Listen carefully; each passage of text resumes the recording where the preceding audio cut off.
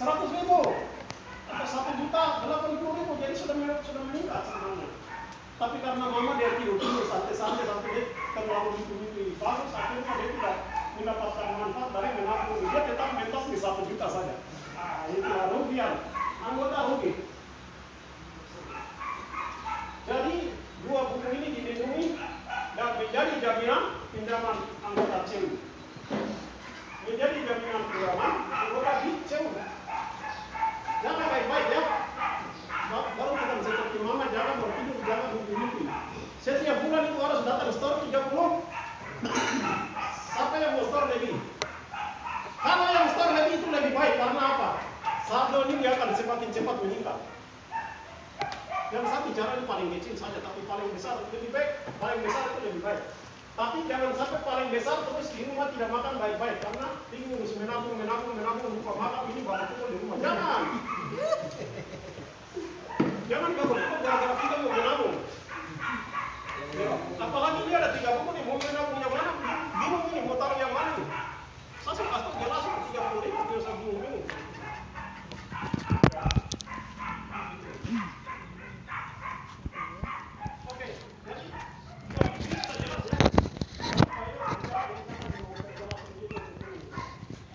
Hai good people, apa kabar? Senang sekali kita bisa berjumpa kembali, tepatnya di hari Sabtu ya, hari weekend keluarga. Nah, tapi pada kesempatan hari ini good people, saya ingin mengajak good people, kita akan ngobrol-ngobrol nanti dengan leader dari Papua Mandiri Sentosa Foundation. Nah, pada kegiatan hari ini good people bertempat di belakang Stadion Maro, dilakukan kegiatan dan ini sudah berlangsung selama 2 hari, di mana Papua Mandiri Foundation melakukan sebuah pelatihan manajemen keuangan. Nah, bekerja sama dengan Credit Union. Nah, ini hal yang sangat menarik sekali good people, karena mereka yang terlibat di dalamnya sebagai penerima manfaat dari kegiatan yang dilakukan oleh Papua Mandiri Sentosa Foundation, yakni masyarakat Asmat yang ada di belakang Stadion Maro. Nah, ini merupakan suatu inspirasi juga tentunya untuk kita semua ya good people, karena apa yang dilakukan oleh Papua Mandiri Sentosa Foundation sangat menyentuh pada masyarakat yang sesungguhnya membutuhkan perhatian seperti saat ini. Nah, bagaimana secara keuangan mereka dilatih sehingga pendapatan yang mereka dapat itu bisa ditabung. Nah, tentu ini satu motivasi yang luar biasa sekali dalam upaya peningkatan kesejahteraan keluarga. Baik good people, saya akan mengajak good people untuk kita berbincang-bincang di kesempatan hari ini di edisi weekend dengan leader Papua Mandiri Sentosa Foundation, yaitu Kakak Eduardo Mote. Oke, ikuti bersama saya akan bertemu dengan Kakak Edo.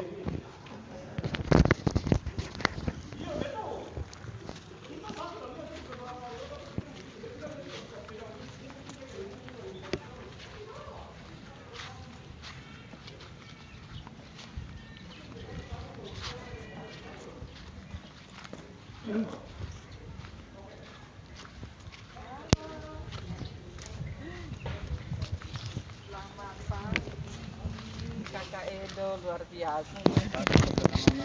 Oh, kakak Nona. Iya, karena kalau kakak Nona tuh banyak sekali nona-nona itu. Oh iya.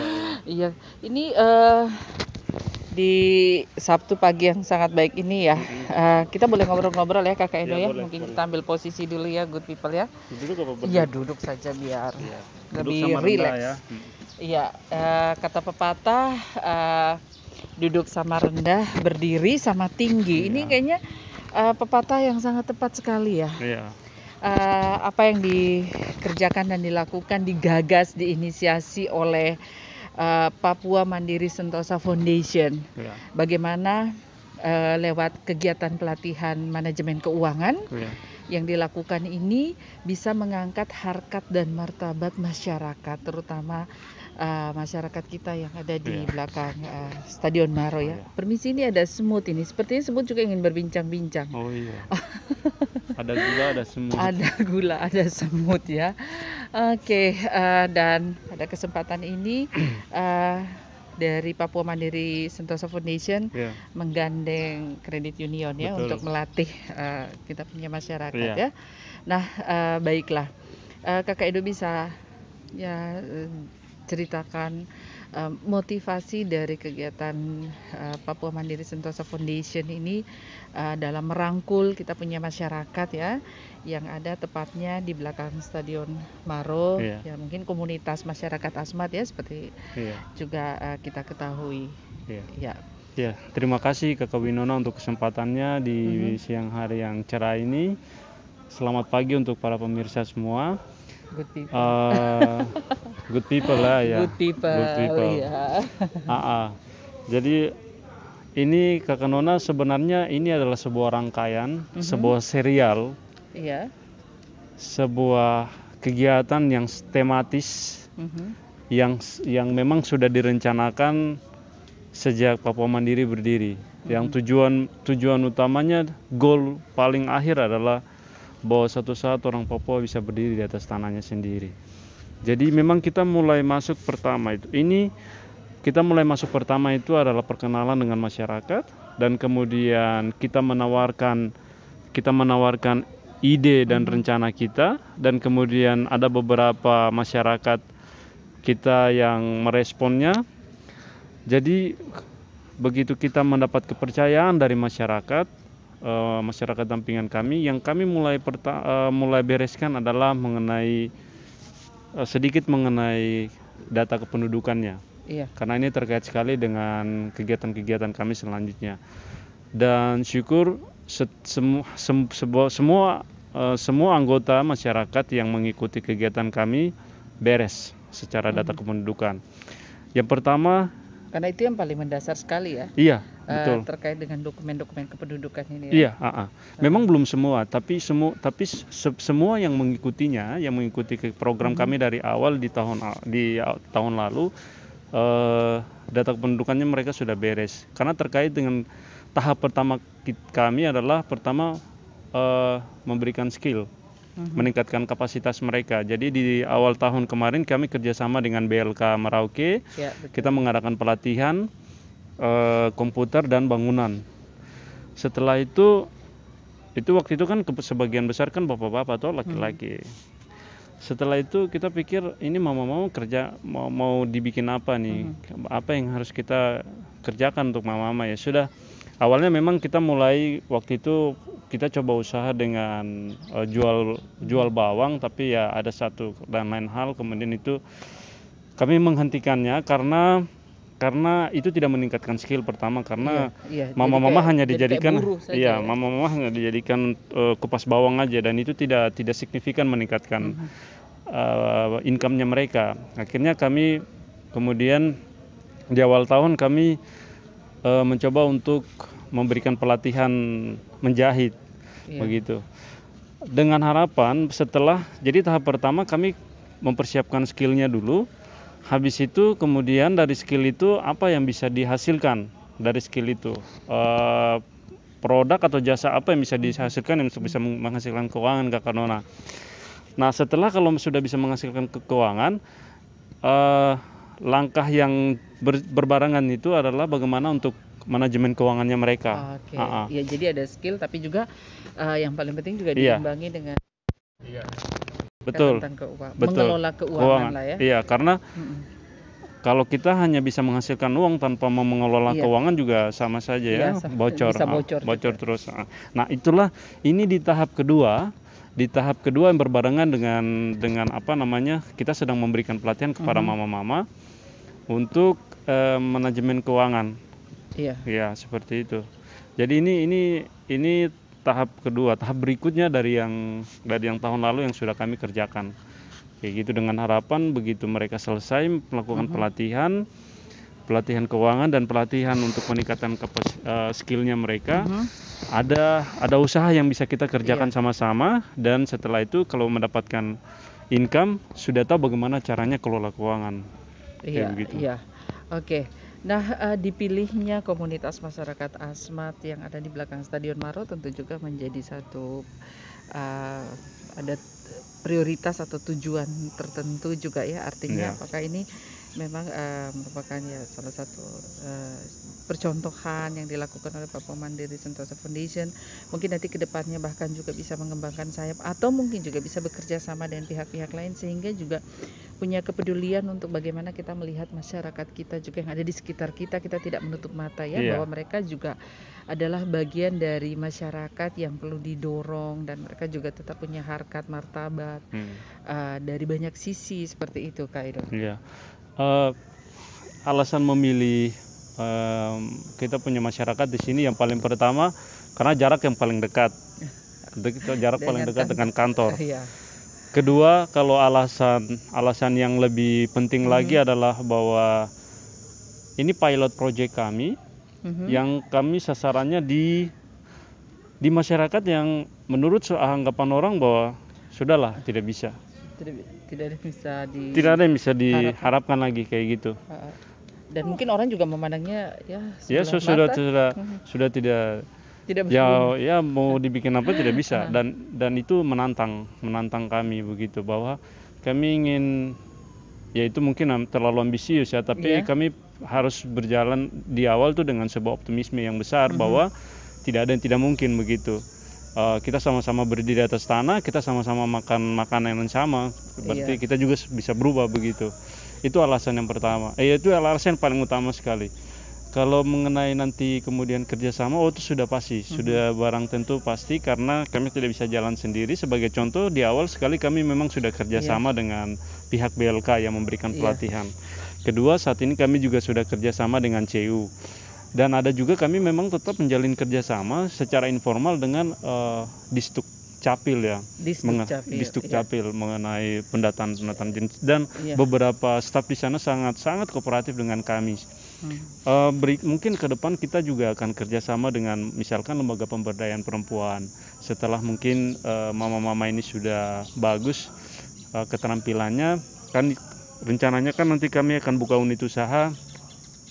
Mereka akan mengelola, mama-mamanya akan mengelola di bawah koordinasi yayasan, dan itu sudah pasti kita akan melibatkan lembaga pemberdayaan perempuan seperti itu, dan juga mungkin dengan pemerintah dari kantor bupati seperti itu, karena bagaimanapun juga kita berada di wilayah administrasi pemerintahan Kabupaten Merauke seperti itu. Oke, yang untuk kalangan anak mudanya juga ada pendampingan atau pelatihan untuk mereka? Oh iya, ada. Jadi memang strategi pendekatan kami ini adalah development community approach ya. Jadi pendekatan kami itu pendekatan komunitas. Iya, dan maksudnya nampak holistik ya, dari anak-anak. Iya. Sampai menyentuh semuanya. Remaja, kemudian mama-mama, bapak-bapak, dorang semua juga. Betul. Itu ya dirangkul. Betul, artinya punya porsi perhatian yang sama seperti itu. Iya. Jadi karena ini adalah pendekatan yang holistik seperti yang Kakak Nona bilang, jadi kita punya pelayanan terhadap anak-anak yang usia TK PAUD dan anak SD. Kita punya kelas sore sudah jalan sudah dari tahun lalu. Terus dengan mama-mama juga sekarang mereka saat ini sedang melakukan pelatihan menjahit, dan progresnya sudah sangat bagus, bisa dilihat di Facebook kami. Dan kemudian dengan bapak-bapak itu kita sudah memberikan pelatihan pertukangan. Nanti tahun ini ya memang kita tidak bisa jalan satu kali karena memang kita melihat pola hidup masyarakat, pola bagaimana mereka bekerja ya, karena kita punya masyarakat dampingan ini begini Kak Nona, jadi tidak bisa dalam satu waktu mama dengan bapak tuh kerja sama-sama. Betul. Karena nanti mereka harus mencari nafkah juga. Iya, mencari nafkah, selain itu bagi tugas untuk jaga anak. Iya, itu jadi misal jadi memang kita mengikuti pola kerja mereka saja. Jadi macam tahun lalu bapak-bapak yang kerja, bapak-bapak yang dapat pelatihan. Tahun ini mama-mama yang dapat pelatihan. Iya.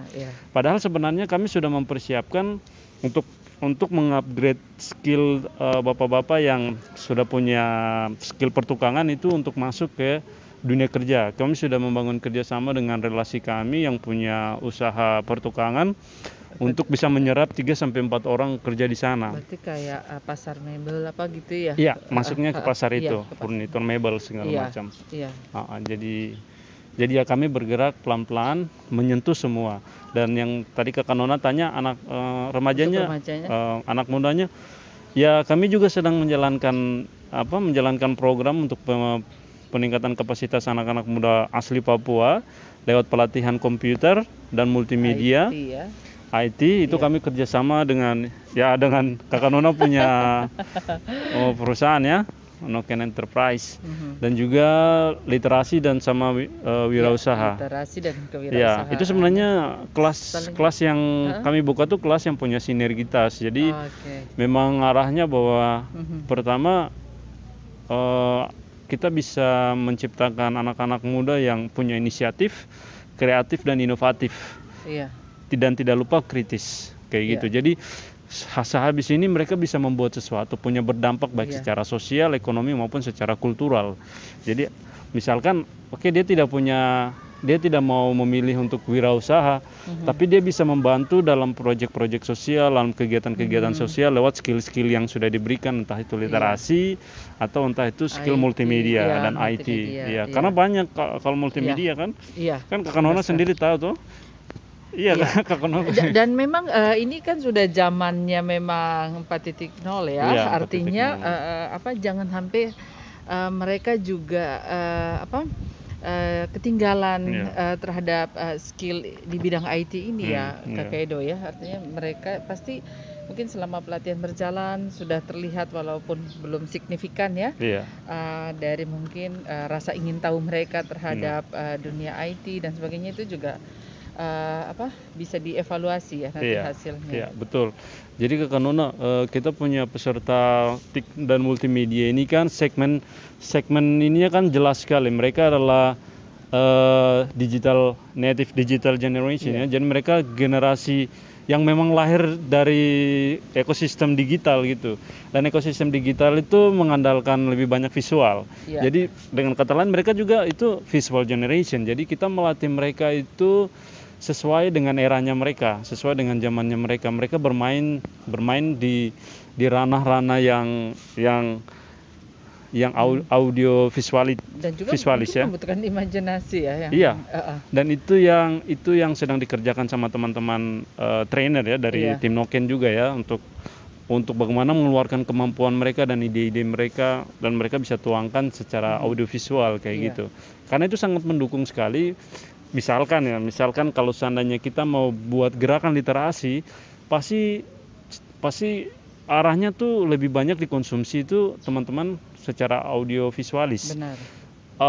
Wirausaha juga sama. Kalau misalkan berdagang itu sudah banyak larinya ke medsos gitu. Benar. Jualannya di medsos kayak gitu. Kan sudah masuk dalam dunia e-commerce juga ya. Jadi memang membutuhkan IT untuk bagaimana strategi promosi dan sebagainya. Nah, skill itu juga pasti dibutuhkan ya. Dan memang betul sangat saling sinergitas itu ya. Iya, benar sekali. Bisa juga dia mendukung ini kita punya Mama Asmat ini kan sudah mulai kelihatan ya di pertemuan keempat mereka mau kemana. Jadi teman-teman ini kita sudah tidak perlu cari di tempat lain lagi. Kita memproduksi sendiri tenaga kerja dan kita memberdayakan mereka sendiri dan mereka lah kembali akan mendapatkan manfaat itu gitu. Misalkan mama-mama mau jualan apa, ya udah mungkin mama-mama terbatas dalam bagaimana caranya marketingnya. Ada kita punya anak-anak muda yang punya sense commerce-nya tuh pas sekali di digital platform kayak gitu. Kayak gitu. Karena mereka native digital, mereka tahu gimana cara bikin viral kayak gitu. Iya, luar biasa sekali program-program yang dilakukan oleh Papua Mandiri Sentosa Foundation. Artinya walaupun masih seumur jagung, tetapi progresnya sangat jelas sekali ya. Papua Mandiri 2050. Ya, targetnya berarti semua harus berdiri sama tinggi. Berdiri di atas kaki sendiri seperti berdikari. Iya, benar sekali.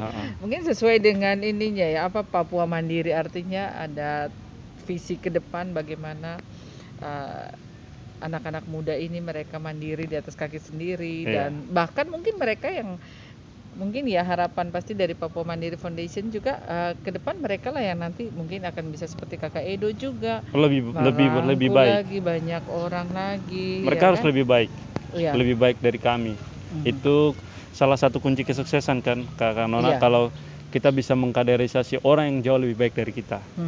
Mempersiapkan satu generasi yang jauh lebih baik dari kita, Iya. itulah menurut saya itu titik tertinggi dari sebuah kesuksesan kita begitu.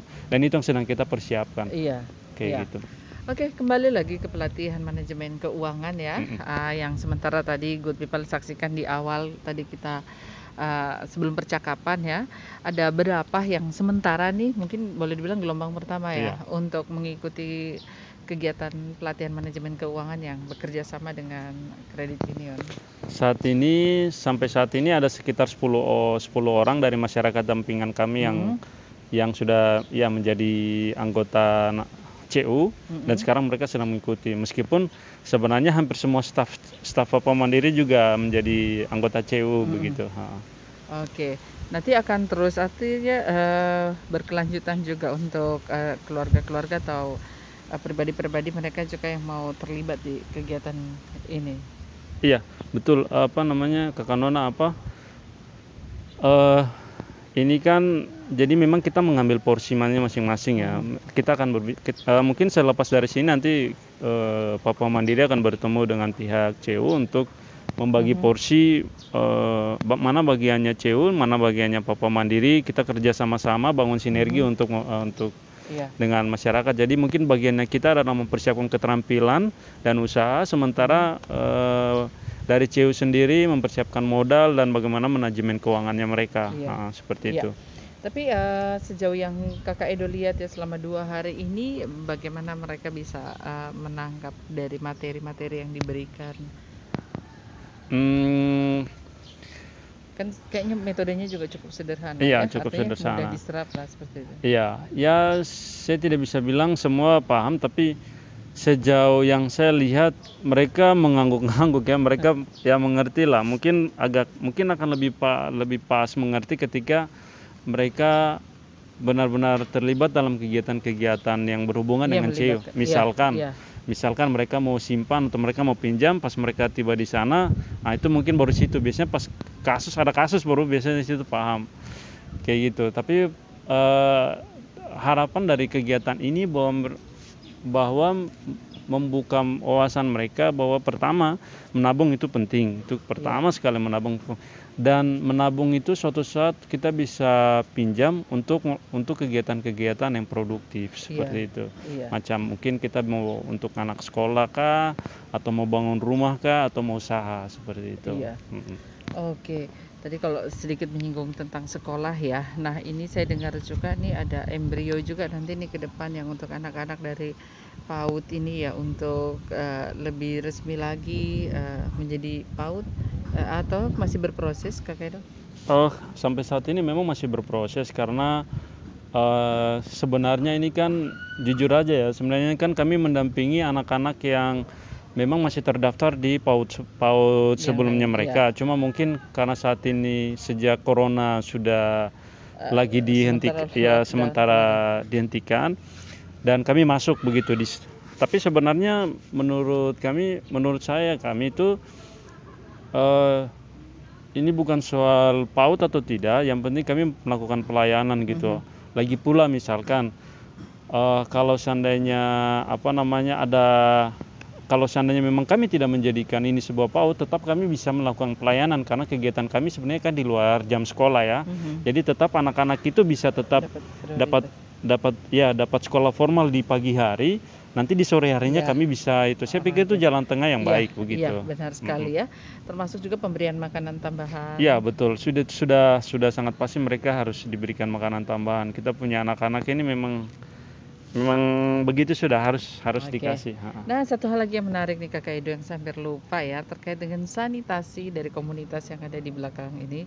Saya ketahui bahwa juga dari Papua Mandiri Sentosa Foundation juga mendorong untuk membantu mereka ya dari hal sanitasi ya, terutama di masa pandemi COVID seperti saat ini kan yang namanya kesehatan tuh patut dijaga dengan sangat baik ya, termasuk juga sanitasi MJK seperti itu. Ya, memang di awal perkenalan kami dengan mereka, dengan masyarakat dampingan kami masuk dengan isu itu. Artinya Menurut data kami kan ada sekitar 36 lebih kakak ya, yang tinggal tidak lebih dari 10 rumah kalau tidak salah ya, tidak lebih dari 10 rumah. Jadi bisa dibayangkan, dan dari 36 kakak itu hanya ada 4 MCK, 4 pintu MCK. Waktu kami masuk itu semuanya tidak jalan dengan baik, cuma satu aja, itu pun cuma dipakai sama ketua lingkungannya. Jadi waktu itu kami masuk untuk memperbaiki MCK, di situ itu menjadi stimulus buat mereka, dan syukur sampai saat ini MCK itu masih berhasil. Dan mereka sendiri yang menjaga. Mereka sendiri yang MCK menjaga, tersebut, iya. ya? Ya mungkin di saat pandemik ini jauh lebih sadar lagi ya, terutama misalkan dalam kegiatan-kegiatan kami selalu menerapkan protokol kesehatan dengan sangat ketat. Macam mama-mama pada saat mereka melakukan pelatihan menjahit, sebelum masuk cuci tangan, habis itu jaga jarak, kita bikin juga jarak kayak gitu, prokesnya dan tetap dijaga, ya. betul. Seperti yang sekarang ini tuh Kanona kita pakai. Dan secara tidak langsung kan proses edukasi ini berjalan ya. Iya. Dan mungkin ketika ini menjadi habitnya mereka juga bisa langsung menularkan kepada keluarga. Bahkan mungkin anak-anak jadi mencontoh kebiasaan yang baik ini kan untuk prokesnya, artinya mereka melihat dari orang tua ya, contoh dari orang tua. Betul Kanona. Oke, Kakak Edo, tantangan lain dalam berkegiatan di yang dimana Kakak Edo sendiri sebagai leader dari Papua Mandiri Sentosa Foundation saat ini, dan juga mungkin harapan-harapan ke depan pasti masih banyak yang mimpi-mimpi yang ingin dikerjakan. Iya. Kalau tantangannya itu soal waktu, karena manajemen waktu. Waktu dalam arti begini, untuk mengubah seseorang, apalagi mengubah sebuah komunitas itu bukan waktu 1-2 tahun. Sementara kita cenderung mengharapkan hasil yang lebih cepat begitu. Maunya instan, mungkin baik dari teman-teman yang mendampingi maupun juga dari masyarakat. Betul. Kita untuk mengubah habit atau kebiasaan itu paling lama butuh waktu 1 generasi, itu paling lama. Berarti ini kalau bicara 1 generasi berarti yang cukup krusial di sini yang sekarang ini, yang sementara lagi didampingi kita anak-anak ini, yang mereka maksudnya mereka program esensial kami, dalam arti langit runtuh pun program itu harus jalan gitu. Kita tidak minta ya, misalkan sampai tiba-tiba benar-benar masa kemarau sekali, di mana benar-benar mungkin tidak ada pendanaan, tidak ada program, atau kemudian itu tetap harus itu sesuatu, itu program esensial. Dia melekat dengan kami begitu, dia tidak bisa ditinggalkan. Seperti itu. Karena itu berkaitan dengan yang tadi Kak Nona bilang, bahwa untuk mengubah sebuah kebiasaan itu butuh 1 generasi, dan bisa jadi generasi inilah yang memang kita mau siapkan. Mereka putus dari kebiasaan sebelumnya, kayak gitu. Jadi tantangan waktu ya untuk merubah ini. Iya, komitmen kita dan loyalitas kita terhadap, lebih penting itu loyalitas dan komitmen kita terhadap ide-ide. Iya. Terakhir nih Kakak Edo, kebanyakan pada umumnya sebuah LSM itu kan tergantung pada donatur ya. Nah, untuk mengantisipasi support dari donatur ini ke depan mungkin sudah ada strategi dari Papua Mandiri Sentosa Foundation agar program ini bisa tetap berjalan? Iya. Kakak Nona, sekarang kan LSM kan sekarang tidak seperti kayak dulu-dulu ya, 20-30 tahun lalu ya. Ada pergeseran paradigma bahwa LSM itu juga harus dia mirip seperti social enterprise gitu. Ini yang sedang kami bangun begitu. Mungkin saat ini kami sedang masa panen-panennya, kami sedang masa hijau-hijaunya ya. Iya, banyak support. Jadi kami tidak terlena. Memang kami sudah mempersiapkan beberapa unit usaha yang nantinya akan menopang, akan menopang yayasan tanpa harus suatu saat misalkan tiba-tiba karena kan tagline kami mandiri, Nona. Kita bilang mandiri padahal sementara kita sini tidak mandiri. Iya, gitu. Kita memberdayakan orang sama itu kayak gitu. Iya. Kita lebih social enterprise sih sebenarnya, Nona. Iya. Nah, makanya salah satunya juga pentingnya tidak hanya ke dalam foundation sendiri, tetapi juga ke masyarakat dampingan, bagaimana manajemen keuangan juga itu perlu ya. Betul, ya. Ya, anggaplah yayasan ini lokomotif lah. Kita jalan sama-sama, kita berkembang, Iya. kita sukses sama-sama, kita berkembang sama-sama dengan masyarakat sampingan kami. Hanya saja mungkin yayasan mengambil posisi sebagai lokomotif, mereka gerbongnya. Kita narik mereka. Kita di mana mereka di situ Iya. gitu. Jatuh bangunnya tuh kita Iya. sama-sama. Dan someday anak-anak yang dilatih inilah mereka juga akan berdiri secara mandiri Ya, juga. justru saya punya harapan bahwa suatu saat salah satu dari mereka yang akan menggantikan saya. Amin. Oke, Kakak Edo ada yang mau disampaikan to good people? Dari saya,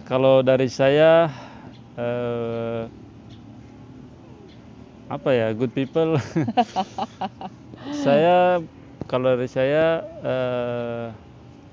mungkin tetaplah berbuat baik meskipun banyak orang tidak melihatnya, karena di sekeliling kita banyak yang membutuhkan kita begitu.